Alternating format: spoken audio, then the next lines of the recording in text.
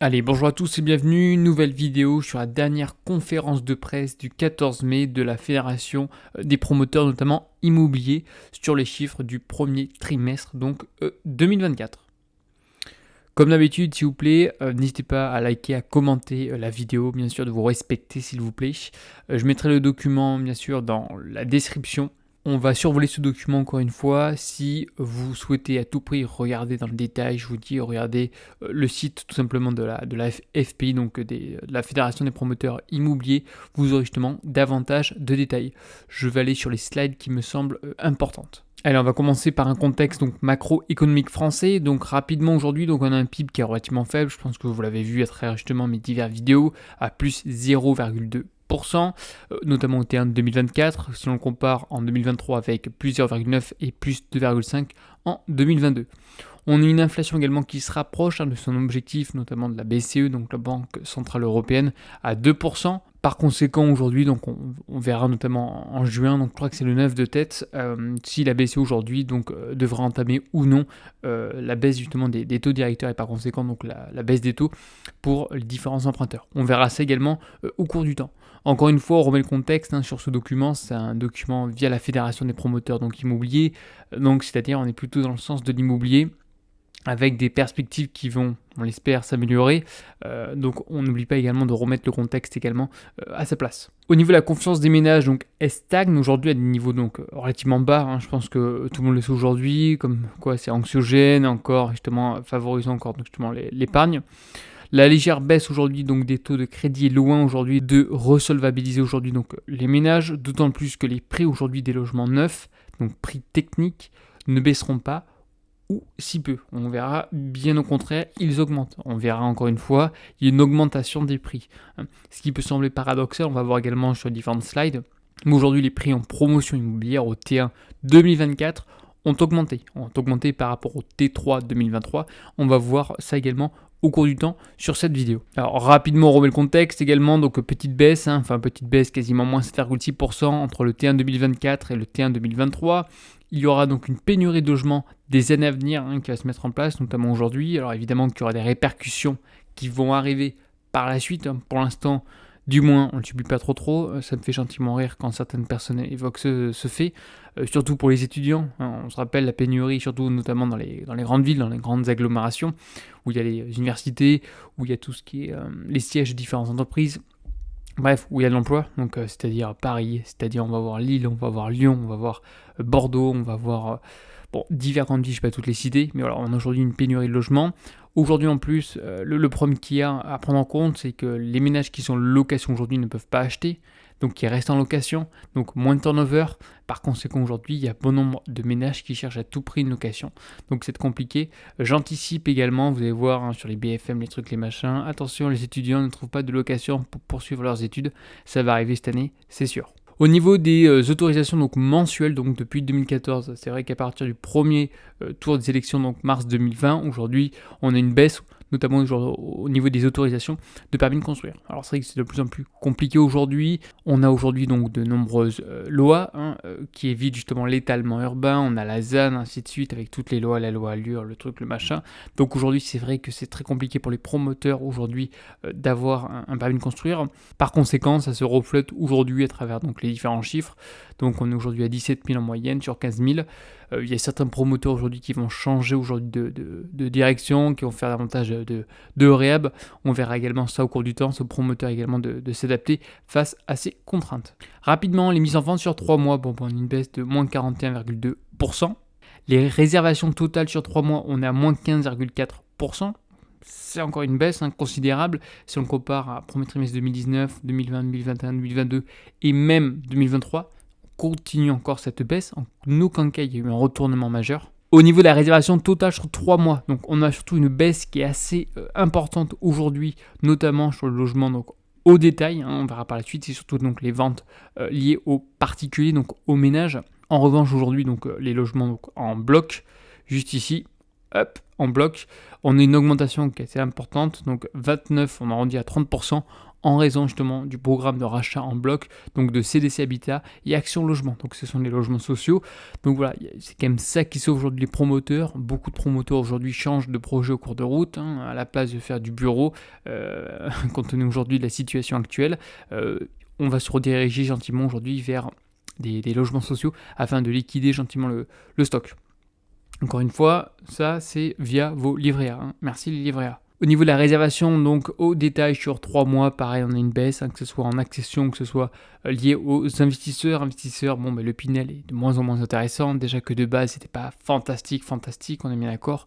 Bon nombre aujourd'hui pensaient juste à la défisque et non au bien, ce qui était quand même compliqué, notamment pour le louer par la suite. Aujourd'hui, donc, on a les taux qui sont élevés, donc pour emprunter, c'est compliqué. On a également donc, le Pinel qui a baissé au niveau des taux, donc il est encore moins attractif.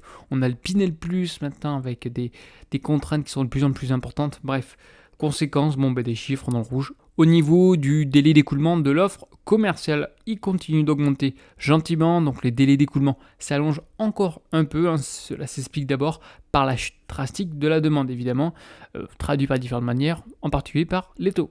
Ça se répercute, vous voyez, tout s'embrique, tout s'enchaîne.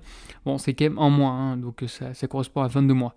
Deuxièmement, aujourd'hui, bon nombre de programmes, les promoteurs le terminent, on va dire, rapidement, donc à la finition, ça n'existe pas trop. Encore une fois, regardez bien les différents promoteurs au sein de vos différentes, notamment régions, différents endroits, pour avoir une réputation derrière, parce que aujourd'hui on n'est plus trop sur la qualité, on est plutôt sur la quantité et terminer rapidement, notamment à cause des taux.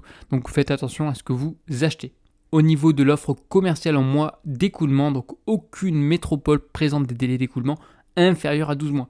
On arrive quasiment à Bordeaux avec 31,5, ce qui est quand même considérable. Allez, maintenant on va commencer donc les prix du logement collectif neuf au détail. Le prix moyen national ne baisse pas. Bien sûr, ils prennent le T1 2023 avec le T1 2024 plus 1,19. En tout cas, ce que vous pouvez constater, c'est qu'on a une baisse qui était assez importante au T4 2023. Et là, on a une explosion des prix qui a été relativement importante. Donc, seule une politique de soutien de la demande puis de l'offre permettrait une maîtrise des prix, en particulier celui du foncier. C'est qu'aujourd'hui, le problème majeur, c'est acheter le foncier qui est une part considérable. Et aujourd'hui, le problème derrière, c'est que si il doit, entre guillemets, avoir un retour sur investissement, donc dégager une petite marge, on va le dégager sur de la manœuvre et sur les matériaux. Donc, les finitions sont moins bien finies. Enfin voilà, c'est compliqué. C'est vrai que le foncier est un problème majeur. Ceci étant, ça n'exclut absolument pas une augmentée aussi importante. Ils se sont dit, tiens, le printemps gentiment arrive, on a une petite baisse, allez, augmentons les prix. Voilà, donc faites attention, encore une fois, à ce que vous achetez, regardez les prix, regardez la finition, le pourquoi du comment, c'est important. Même si aujourd'hui on a des DPE, lorsqu'on achète aujourd'hui dans le neuf, on a des DPE qui sont généralement avec du A, et qu'on a également bon nombre de garanties, je vous conseille fortement, avant d'acheter, d'inspecter votre logement et de le visiter également. Parce que derrière, dédicace à tous les syndics qui récupèrent aujourd'hui donc des logements collectifs neufs, des copros neufs, c'est juste l'enfer, parce qu'aujourd'hui les copropriétaires assimilent notamment le promoteur au syndic, généralement, ils se connaissent sans plus, même si entre-temps, je pense que le syndic pour récupérer la copro, généralement, il y a toujours un petit billet à droite à gauche qui part, où il y a un petit lien, on est bien d'accord. Réciproquement également pour les gestionnaires notamment, parce que gestionnaires, on va être plutôt donc, sur les parties donc, privées, les syndics sur les parties, donc parties communes. Par conséquent, le neuf c'est très compliqué à gérer, parce que dès le début, les matériaux, le truc, il y a toujours des merdes, c'est très chronophage, donc faites attention à ce que vous achetez, ok. Donc bref, petit récap, mise en vente, gentiment ça baisse encore une fois. Qu'est-ce qui se passe au niveau des réservations du côté du particulier, ça chute également, à cause de quoi? À cause des taux d'intérêt, du Pinel, ainsi de suite. Ce qui marche mieux aujourd'hui pour les promoteurs, c'est les logements sociaux. Et au niveau du prix, au regard de la réglementation, de la fiscalité, de la rareté des autorisations de construction, les prix du neuf ne baisseront pas. Évidemment, lorsqu'on a aujourd'hui donc créé un projet 3-4 ans en amont, on ne pense absolument pas que les taux allaient augmenter si vite. Par conséquent, aujourd'hui, soit ils vendent à perte, soit aujourd'hui ils attendent. C'est une question de temps. Certains pourront tenir, certains malheureusement non. Donc faites attention également, regardez bien les assurances lorsque vous achetez aujourd'hui un bien, notamment dans le neuf. Alors je continue vite fait parce qu'ils ont fait également une autre slide aujourd'hui, je crois que c'est le rapport qu'un peu plus long, on va rentrer davantage dans le détail. Juste pour vous montrer aujourd'hui donc l'année 2023 qui a été quand même une année mauvaise, c'était aujourd'hui donc on a 64 000. J'ai regardé sur les différentes années, ça remonte à 1995, c'est le total des réservations donc au détail brut. Si on veut regarder du côté des réservations liées aux investisseurs, on est en dessous des 24 925. On est à 22 570 pour vous dire si les niveaux sont faibles. Bon, évidemment, parce que le dispositif Pinel n'est pas terrible, même s'il y a des taux. Et aujourd'hui, bon nombre de personnes évoquent que voilà, le Pinel prend premier investissement. C'est pas forcément la meilleure idée, même si aujourd'hui certains CGP s'en prennent gentiment la tronche. Je pense que c'est bien également de mentionner les choses qui marchent et les choses qui marchent moins bien.